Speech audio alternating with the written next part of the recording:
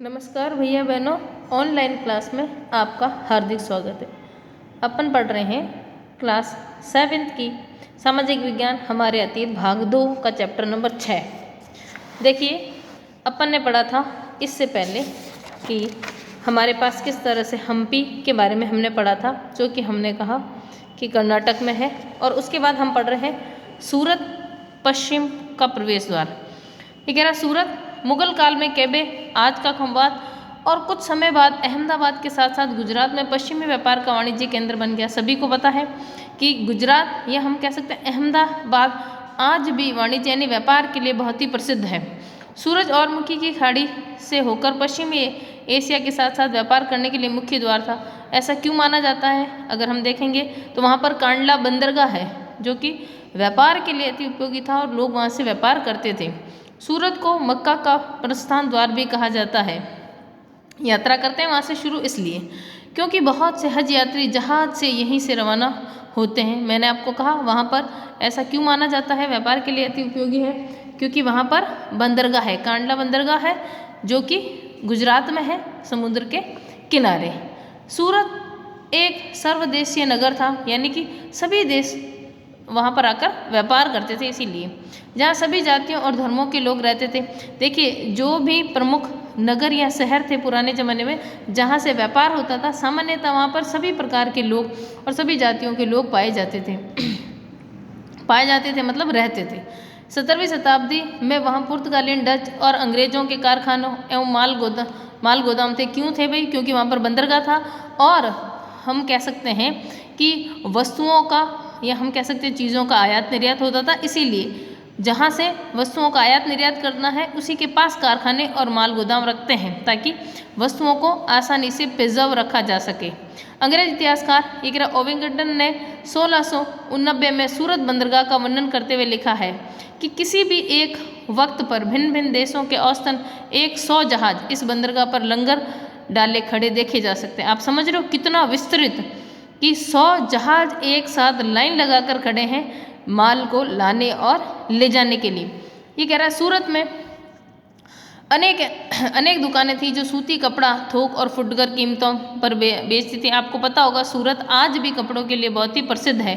सामान्य कोई भी चीज़ वहाँ पर अपने यहाँ से सस्ती मिलती है। सूरत के वस्त्र अपने सुनहरे गोटा किनारियों यानी जरी के लिए प्रसिद्ध थे और उनके लिए पश्चिमी एशिया, अफ्रीका और यूरोप में बाजार उपलब्ध थे। राज्य के विश्व के ये कह रहा सभी भागों से नगर में आने वाले लोगों की आवश्यकताओं को क्या करता था, वह पूरा करने के लिए अनेक विश्राम गृह। आज भी आप सूरत में जाएंगे तो आपको बहुत सारी अनेक क्या मिल जाएगी, आपको धर्मशालाएं बहुत सारी मिल जाएगी। क्यों? क्योंकि वहाँ बाहर से लोग आते थे और वहाँ पर रहते थे। तो वहाँ भव्य भवन और असंख्य मनोरंजक स्थल, घूमने की भी बहुत सारी चीज़ें हैं। सूरत में काठियावाड़ा, आपने गांधी से संबंधित पढ़ा होगा ये जगह। काठियावाड़ी सेठों तथा महाजनों की बड़ी बड़ी साहूकारी कंपनियां हैं। सूरत में एक जगह है काठियावाड़ा, जिससे रिलेटेड गांधी जी भी है। कभी अपन भविष्य में पढ़ेंगे तो आपको पता चलेगा। वहाँ पर क्या है भाई, बड़ी बड़ी साहूकारी कंपनियां भी है। एक उल्लेखनीय है कि सूरत में जारी की गई हुंडियाँ क्या होती है? पहले ज़माने में एक चेक जैसा ही प्रारूप होता था। हुंडियों को दूर दूर तक मिस्र में काहिर, इराक में बसरा और बेल्जियम के एडवर्ड के बाजारों में भी क्या थी, मान्यता प्राप्त। हुंडी क्या होती थी बेटा? जैसे यहाँ से कोई लिख के दे देता था कि हाँ भाई यह अमुक व्यक्ति, आपको मान लीजिए बॉम्बे जाना है, पहले चेक, एटीएम, ऑनलाइन ऐसा नहीं होता था। तो जिस व्यक्ति को बॉम्बे जाना होता था और बॉम्बे में पैसे चाहिए होते थे, वह यहाँ पर किसी सेठ साहूकार को पैसे जमा करा देता, जिसका रिश्तेदार मुंबई में रहता था। वह एक पर्ची बना कर दे देता था और वह व्यक्ति मुंबई जाकर वह पर्ची उस व्यक्ति को, जिस व्यक्ति को कहा गया उसको दिखा देता, तो वह उसको उतने पैसे दे देता जितने उस व्यक्ति ने यहाँ जमा कराए।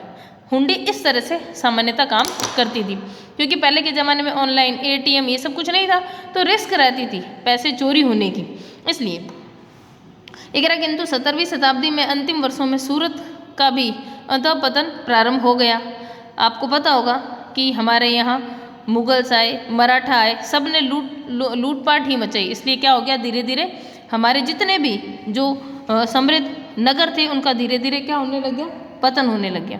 ये कह रहा इसके कई कारण थे। मुगल साम्राज्य के पतन के कारण ये कह रहा बाजारों तथा उत्पादकता की क्या हुई भाई, हानि, पुर्तगालियों द्वारा समुद्री मार्गों पर नियंत्रण कर लिया गया, यानी कि वे जहाज़ों को जाने नहीं देते थे, या जाते थे तो ज़्यादा टैक्स लेते थे। और मुंबई, वर्तमान में जो मुंबई है, में प्रतिस्पर्धा, यहाँ की 1666 में अंग्रेजी ईस्ट इंडिया कंपनी ने अपना मुख्यालय स्थापित कर लिया था, मुंबई में किया था। देखो, जहाँ जहाँ आपके समुद्री किनारे लगते हैं वहाँ वहाँ सभी जगह इनका राज हो जाएगा, क्योंकि पहले एरोप्लेन था नहीं, समुद्र से ही व्यक्तियों को, वस्तुओं को, जितनी भी आयात निर्यात चीज़ें या युद्ध के लिए अगर व्यक्तियों को ले जाना होता तो वो भी जहाज से ले जाते थे। इसीलिए अगर अपना मुख्यालय स्थापित कर लिया। आज सूरत एक महत्वपूर्ण वाणिज्य केंद्र है, सभी को पता होगा सूरत एक महत्वपूर्ण वाणिज्य नगर है। वाणिज्य नगर का मतलब होता है जहाँ पर अत्यधिक जो है व्यापार होता हो, अत्यधिक व्यापारी लोग रहते हो और अत्यधिक मात्रा में सामान की खरीद व बिक्री होती हो। जोखिम भरा दौर, ये कह रहा है मसूलीपट्टनम के लिए एक चुनौती। मसूलीपट्टनम या मछलीपट्टनम नगर कृष्णा नदी के डेल्टा पर स्थित है। अगर आपसे पूछ ले कि कहाँ स्थित है तो आप बता देंगे डेल्टा नगर पर स्थित है। 17वीं शताब्दी में यह भिन्न प्रकार की गतिविधियों का नगर था। हॉलैंड और इंग्लैंड दोनों देश की ईस्ट इंडिया कंपनियों में मछलीपट्टनम पर नियंत्रण प्राप्त करने का प्रयत्न किया, क्योंकि तब तक वह आंध्र तट का सबसे महत्वपूर्ण पतन बन गया था। मछलीपट्टनम का किला हॉलैंड वासियों ने बनाया था। अगर आपसे पूछ ले कि मछलीपट्टनम का किला किसने बनाया था, आपको बताना है हॉलैंड वासियों ने बनाया था। मछुआरे का एक गरीब नगर, देखिए ये हमारे पास एक स्टोरी दे रखी है कि भाई किस तरह से मछुआरा हमेशा ही हम कह सकते हैं, क्योंकि उसे बहुत सारा नुकसान होता है जब भी अगर कोई तूफान आ जाए इस तरह से।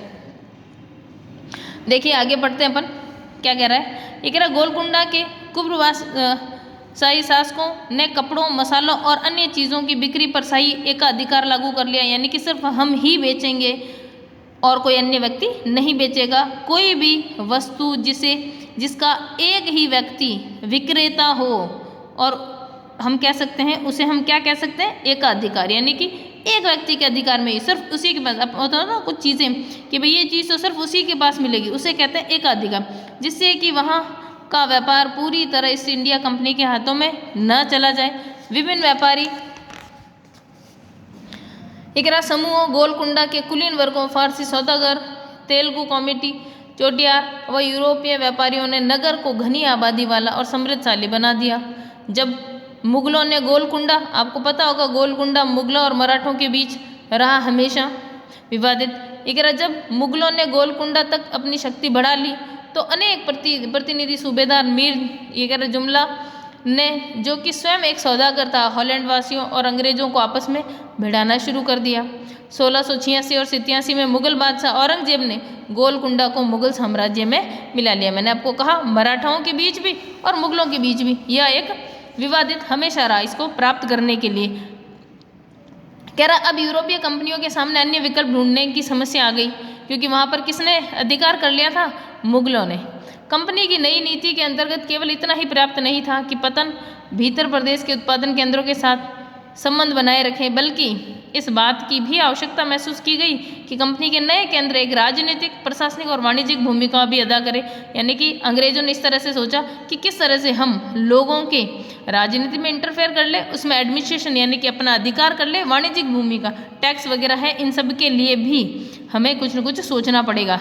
जब कंपनी के व्यापारी मुंबई यानी वर्तमान जो मुंबई है, कलकत्ता वर्तमान जो कोलकाता है, मद्रास, चेन्नई चले गए और मछलीपट्टनम अपने व्यापार और समृद्धि दोनों ही खो बैठा और 18वीं शताब्दी के दौरान इसका अंततः पतन हो गया और आज वह एक छोटे से जीर्ण नगर से अधिक कुछ नहीं है।